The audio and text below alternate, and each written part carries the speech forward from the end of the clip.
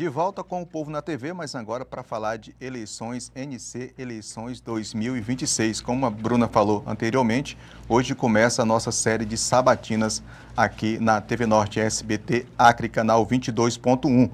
Como acertado previamente, todos os com as assessorias dos candidatos, hoje nós vamos conversar com o médico infectologista Thor Dantas. Ele é candidato a governador do estado pelo PSB, ele compõe a coligação Frente Ampla pelo Acre, composta por PCdoB, PT, PV e PSOL. Já estou aqui com o Thor. Thor, seja muito bem-vindo. O senhor vai ter 15 minutos para responder perguntas enviadas pelos nossos telespectadores aqui para a TV. Seja muito bem-vindo. Muito obrigado. Obrigado pelo convite. É um prazer estar aqui. Vai ser um prazer participar dessa conversa sobre o nosso Acre. Então vamos começar. Vamos lá. Eu vou sortear aqui a primeira pergunta. Vamos lá. Vamos lá. Qual é a sua proposta para melhorar a infraestrutura das rodovias estaduais e garantir a trafegabilidade durante todo o ano?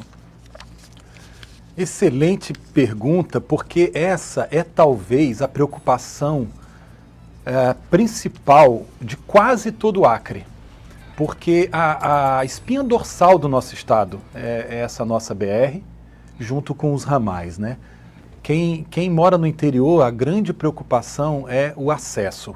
O acesso, ele diz respeito tanto à infraestrutura da economia, para escoar a produção, mas também diz respeito a um direito das pessoas de se deslocar, de visitar famílias e de acessar a saúde.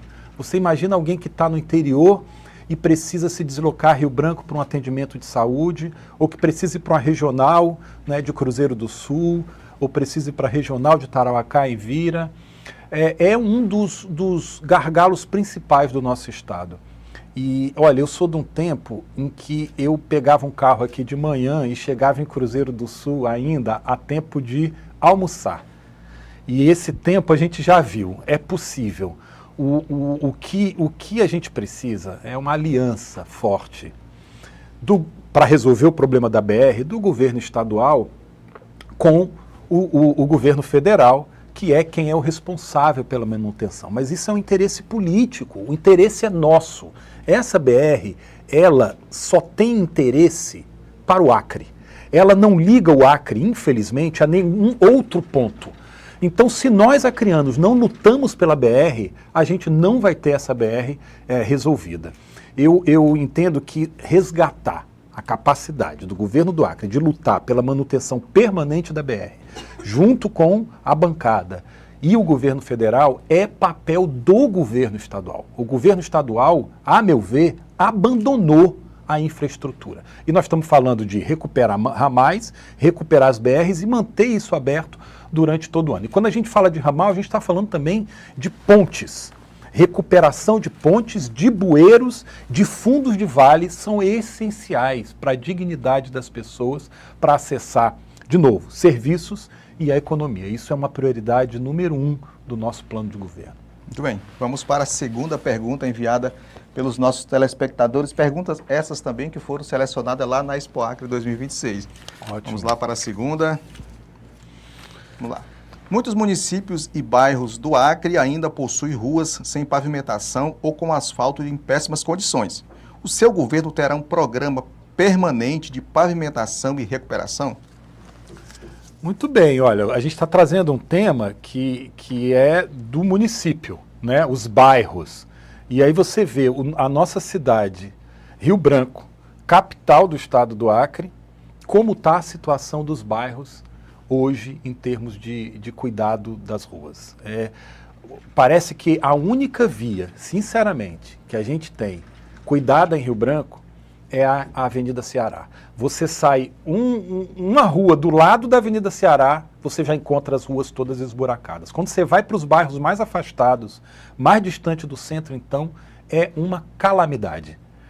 E nos municípios do interior não é diferente. Se na capital Rio Branco está desse jeito, você imagine nos municípios do interior.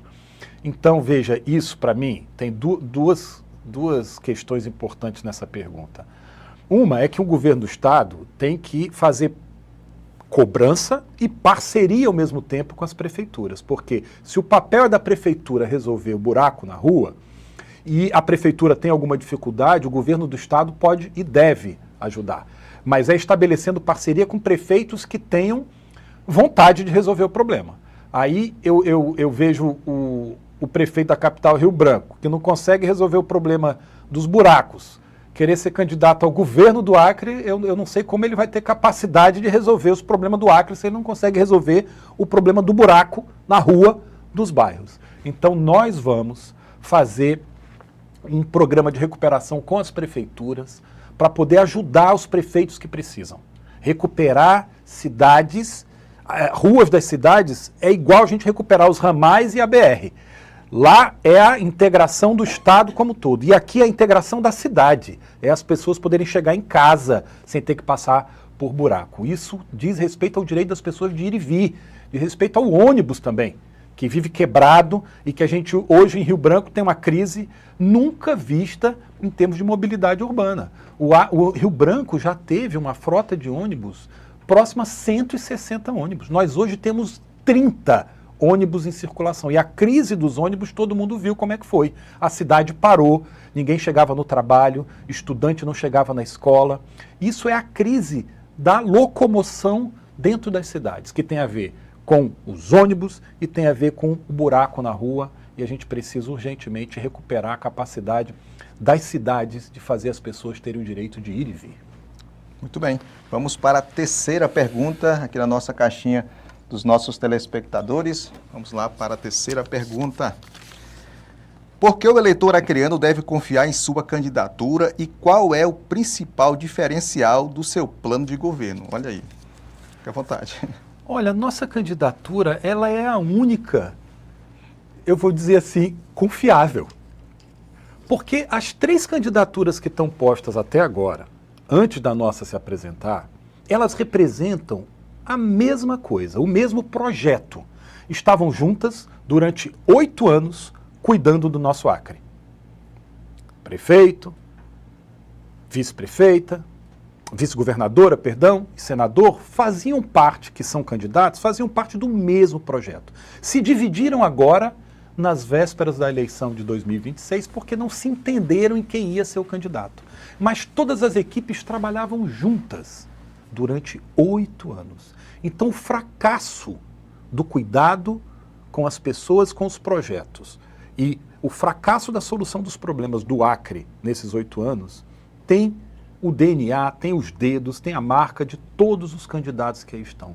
A nossa é a única candidatura que é diferente das demais e se apresenta como a novidade. A novidade em termos de competência, em termos de ética, em termos de diálogo, em termos de capacidade de resultado para a solução dos problemas. Não tem nenhuma outra candidatura que tenha a capacidade ética, moral e técnica de resolver os problemas do Acre como a nossa. Eu sou profissional, médico e professor no Acre já há 28 anos. Estou com 52 anos de vida. Tenho 2 filhos adolescentes e estou colocando a minha experiência na docência, na gestão e na medicina à disposição do cuidado do Acre. Eu tenho dito que o Acre é o meu paciente mais difícil de cuidar, mas eu quero cuidar do Acre como eu cuido dos meus pacientes do transplante de fígado.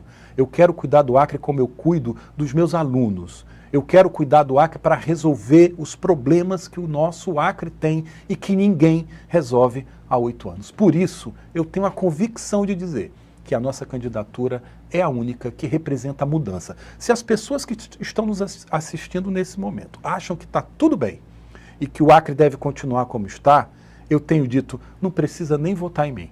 Agora, se você acha que as coisas estão ruins, que o Acre está parado, andando para trás, na educação, na saúde, na infraestrutura, na economia e na segurança, e você quer mudança, então isso é comigo, isso é com a gente, isso é a minha chapa, minha e de Socorro, que vai mudar essa realidade.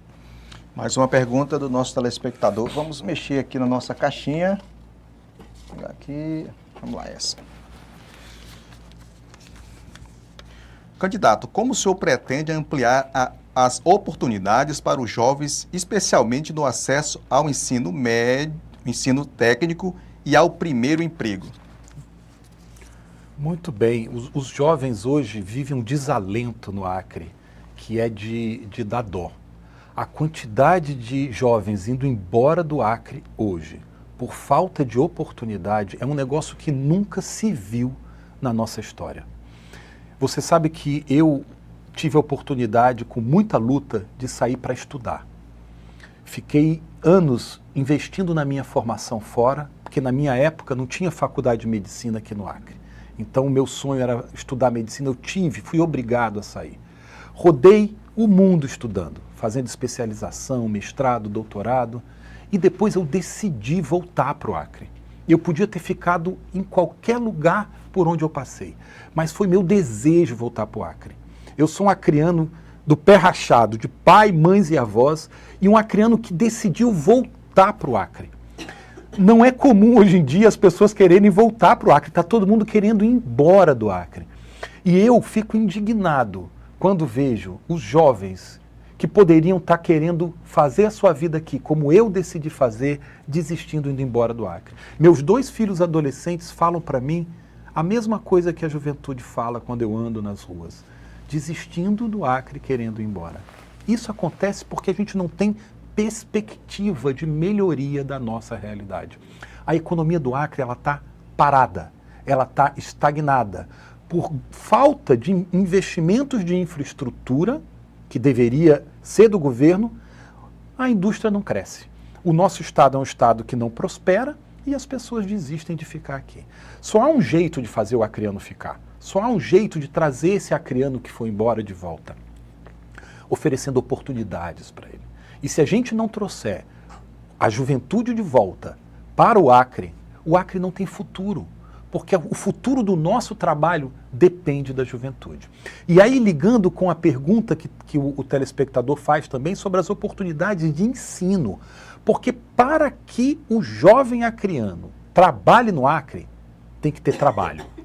Mas para que esse jovem possa se dedicar a esse trabalho que a gente vai precisar criar, que é o trabalho do futuro, que é o trabalho com as tecnologias, que é a industrialização da nossa cadeia produtiva, para industrializar a carne, a castanha, as frutas, para exportar produtos com valor tecnológico, a gente vai precisar investir na formação dos jovens, nos cursos técnicos preparatórios para os novos empregos que ainda vão surgir. Aí é um papel fundamental da parceria do governo com as instituições de ensino, com a UFAC, com o IFAC, com os institutos de pesquisa, com o Sistema S, através do treinamento da juventude. A gente precisa de um grande projeto de investimento, tanto no setor econômico, com industrialização do nosso estado, quanto com a juventude em formação, para que eles se habilitem para as atividades econômicas que nós vamos ter que implantar no Acre. O Acre tem um futuro econômico brilhante. Com essa abertura do nosso mercado para o Pacífico, o Acre tem nos próximos 10 anos uma oportunidade de ouro na mão, de promover um crescimento econômico nunca visto na nossa história. Mas para isso a gente tem que fazer o dever de casa. A gente tem que ter um governo forte, que trabalhe na execução de projetos, que atraia investimentos, que invista na juventude, para que a gente possa dar esse salto. Nós vamos fazer isso no Acre pelos próximos 4 anos, dentro do nosso mandato. Estamos quase chegando ao final, mas vamos ter tempo para mais uma pergunta do nosso telespectador. Vamos lá. O que o senhor fará para incentivar a industrialização e agregar valor aos produtos produzidos no Acre, como café, castanha e carne? Por gentileza. Excelente, era exatamente o que eu falava. Esse é o futuro da nossa economia. Veja, eu rodei o mundo e eu vi nos Estados Unidos o meu professor que me ensinou transplante de fígado comprar cupuaçu em pó na internet, vendido para usar no seu iogurte matinal, por uma empresa da Alemanha que vende na internet. Hoje, se você entrar na Amazon dos Estados Unidos, você compra extrato de cupuaçu em gota para fazer bolo, para fazer receita. Você compra creme de cupuaçu para cosmético. Isso é o futuro da nossa indústria. Ou a gente industrializa o produto, ou a gente vai continuar vendendo apenas a polpa de fruta. A castanha já é o terceiro produto da nossa exportação. Mas se a gente exporta a castanha com casca, a gente exporta $2,50 o quilo. Se a gente descasca, ela vai para quase $13 o quilo.